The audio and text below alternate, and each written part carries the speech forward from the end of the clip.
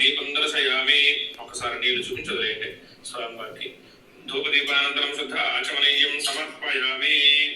కొబ్బరికాయ కొట్టండి. మీ దగ్గర ప్రాతకాల పూజ చేసుకుంటున్నాం అంటే ఉదయం పూజ చేసుకుంటున్నాం స్వామివారికి. మనం ఉదయం పూట పూజ చేసుకునేటప్పుడు వడపప్పు పానకం అలానే కొబ్బరి చిప్పలు పెడితే సరిపోతుంది ప్రసాదంగా. సాయంత్రం పూజ చేసుకునేటప్పుడు ఈ నువ్వులుండలు చిమ్మిరుండలు అవి ఏవి చేసుకుంటే అవి 7 చొప్పున స్వామివారికి నివేదన చేయాలి. ఒకవేళ ఒకటే పూట సాయంత్రం గానీ ఉదయం గానీ చేసుకుంటున్నారంటే ఈ నివేదనలు అన్ని కలిపి ఒకేసారి పెట్టచ్చు. అలాగే ఆ 7 ఒత్తులు కూడా ఒకేసారి వెలిగించుకోవచ్చు. ఇప్పుడు వడపప్పు పానకం కొబ్బరి చిప్పలు అరటిపండ్లు పెడుతున్నాను.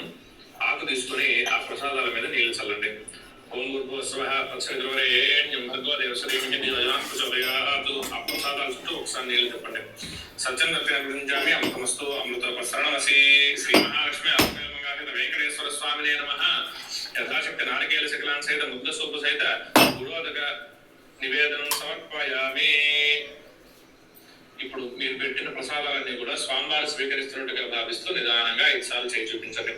ఓం ప్రాణాయ స్వాహ, ఓం అపానాయ స్వాహ, ఓం ధ్యానాయ స్వాహ, ఓం ఉదానాయ స్వాహ, ఓం సమానాయ స్వాహ. మధ్య మధ్యపానీయం సమర్పయామి. అయిన తర్వాత 5 సార్లు నీళ్లు చూపించి వదిలేయాలి స్వామివారికి.